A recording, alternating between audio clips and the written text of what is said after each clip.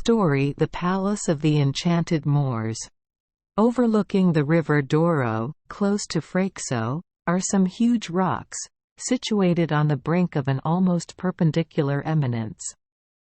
To this spot do congregate, so it is reported, the souls of unbaptized children, who make the midnight hour hideous with their shrieks when the tempest is hurrying down through the valley and over the snow-capped hills.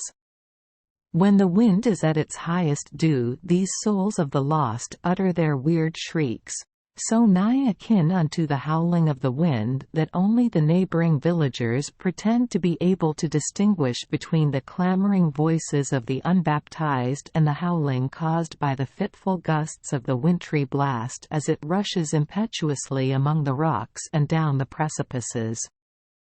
On such nights will the farmer's wife light the tapers around the image of good Saint Lawrence, patron of the winds, and calling her household around her, the following verses are intoned. Good St. Lawrence, keep us free from the sin of heresy. Lull the angry winds to rest, still be thou our honoured guest, by our fathers prized. Drive all goblins from our door, those whom heaven doth ignore. Witches, demons, bogies all. May they sink and may they fall with the unbaptized. At times it takes longer to appease the wrath of St. Lawrence than at others, but with daylight the courage of the worshippers revives, and the souls of the unbaptized seek rest, although the winds may continue to howl. Many centuries ago the palace of the now enchanted Moors at Freixo was the glory of the place. Although considerably smaller, it was after the style of the Alhambra, at Granada, but it was held in almost greater esteem than the principal residence of the Moorish kings, for in a magnificent stable was lodged the ass on which the Prophet Muhammad was supposed to have ascended to paradise.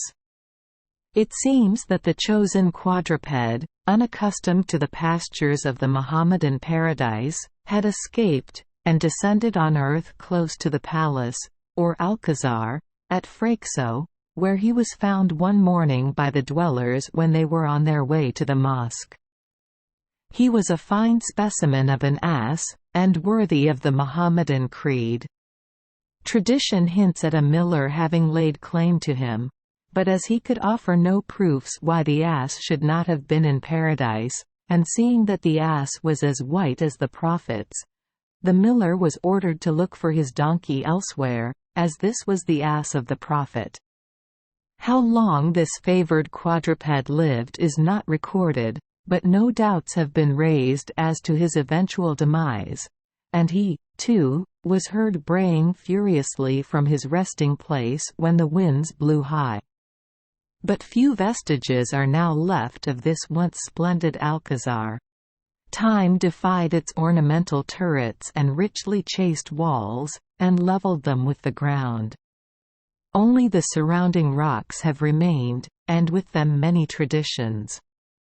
These the inhabitants of the district have preserved intact, or may be added to their interest by investing them with a semblance to truth which renders them all the more worthy of preservation, as being stepping stones carrying us back to a long past.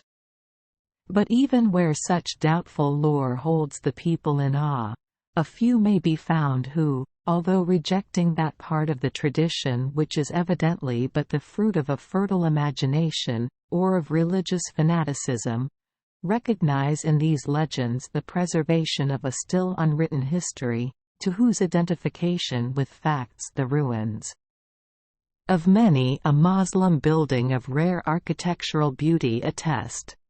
And if, after many a sanguinary fight, the cross was victorious over the crescent, the Christian population of the Iberic Peninsula must admit that the faint vestiges of beauty in their architecture of today have an Arabic origin, that to their Moorish conquerors they owe much of the daring and endurance which characterized the generation of great navigators, as also to them was due the introduction of many of the useful arts and sciences.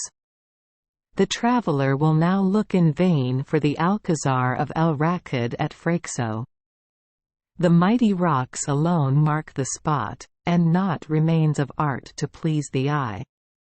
Traditionary lore may interest him, but he must be ready to listen to it with all the additions which a gross superstition can alone invent or believe. Here, then, is it recorded that Al-Raqid held a Christian maiden captive for many years. That she was as good as she was beautiful goes without further remark. Maria das Dores, for so she is named by her chroniclers, was one of those splendid women worthy to be the mothers of that succeeding generation of heroes who overthrew the Moors on the plains of Aurique. Maria was the daughter of a very wealthy farmer who resided close to the mouth of the river Minho. It was her duty to work with the farm laborers in the field, and she would mingle her sweet voice with theirs when singing hymns to the Virgin as they plied their hoes. Often had Al-Raqid seen her at work from his hiding place in a neighboring forest. He loved the maiden, although he had reason to believe she was a Christian, but he knew that she had given her love to another, and could, therefore, not be his unless he took her by force. One day, at vesper time, she did not return to the farm with the laborers. Search was made for her everywhere, but she could not be found. Then it was imagined she might be in conversation with her lover. But, on inquiry, he had not seen her. Mounted parties scoured the country all around, but in vain. She had not been seen, and there was no doubt entertained but that she had been lured into the forest, and become the captive of Al-Raqid. But, then, nobody had seen the Moorish chief that day. True, but the Moors were enchanters, and it was known that they could make subterranean passages which closed behind them so as to prevent their being pursued. The wise woman of the district was therefore called into requisition, and she, having consulted the astrolabe and made a fire of pine needles, discovered the direction in which the fugitives were going. Mounting their horses, and led by the wise woman, who bestrode a splendid white mule, they galloped off, and after 2 days' hard riding they distinctly heard the sound of a horse's hoofs, but they could not see the horse. Then they knew that Al-Raqid was making use of the enchanted passage which they could not hope to find, and they had to content themselves with following the sound until they came within sight of Al-Raqid's palace.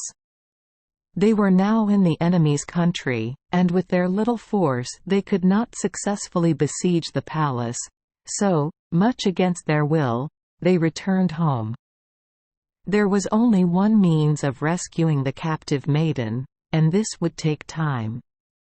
No Christian man or woman could gain admittance to the enchanted passage, and no Moslem could be found willing to attempt the rescue. Therefore they hit upon a plan of securing the services of a heretic. A child had been born in the village, and him, it was resolved, they should not baptize. When old enough, he should be entrusted with the task of rescue, and being unbaptized he would gain admittance to all the enchanted places. Years rolled by, and the youth had attained the age of 13, when he was informed of the mission on which it was intended to send him.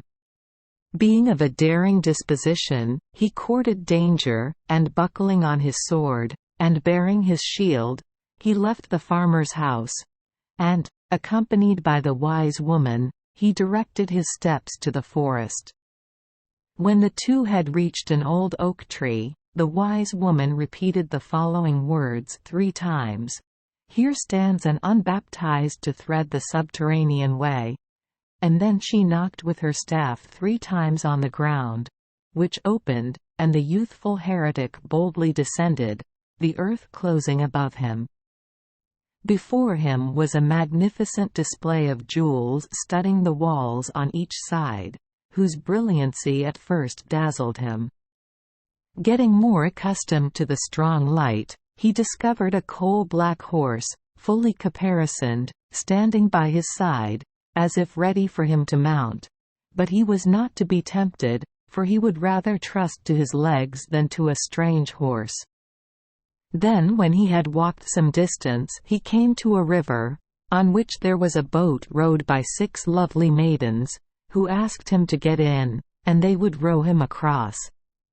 But he would not be tempted, and he boldly waded the stream and crossed over. Having proceeded a little further, however, he heard the piteous cry of a child, and, hastening forward, he saw a lovely little boy, dressed in the Oriental fashion, who besought him, with tears in his eyes, to carry him a little way, for he was very tired and had still a long way to go. He could not refuse him, and, stooping slightly, raised him in his arms. But no sooner had he done so, than this little boy turned into a giant, who, twining his arms around the heretic's neck, would have strangled him, but that, being unbaptized, he could not be killed. After many attempts to strangle the intruder, the giant relaxed his hold, and as suddenly disappeared. The heretic, after a time, came to a standstill, for he was confronted by total darkness. Nothing daunted, however, he drew his sword and hit out, so that the blade, striking against the sides of the passage, caused the jewels to emit sparks, and these lit up thousands of lamps. In the distance he saw 2 enormous tigers, each having 2 heads. They seemed to be ready to tear him to pieces, but, on observing him advance sword in hand, they ran away. At the end of the 3rd day he had walked so quickly that he stood before the secret entrance to the Alcazar of Al-Raqid. The ponderous gates were wide open, but he could not enter because of an enormous frog that blocked up the way, and emitted flames of fire from its mouth and eyes. Do what he could, there was no getting near the hideous creature. He had recourse to stratagem, and, pretending not to be afraid of the animal, he threw his sword over the frog's back, exclaiming, "Take that! I fear thee not." The frog, turning to get hold of the sword, offered an opportunity to the heretic of jumping on its back, which he did, and, digging his spurs into its sides, he obliged it to advance, when, as it passed by his sword, he dexterously picked it up, and was not at all particular how he used it about the creature's head. The more he struck at the frog, the more fierce were the flames of fire it emitted, and Al-Raqid, hearing the noise, hurried to the entrance to see what was the matter, when he found himself enveloped in flames which the heretic forced the frog to throw out until the cruel Moor was completely burned. Then at one stroke he cut off the animal's head, and at the same moment the castle vanished, and where it had previously stood the heretic found Maria, the farmer's daughter, who was overjoyed at her deliverance. The 2 wended their way back to their native village, where great rejoicings awaited them.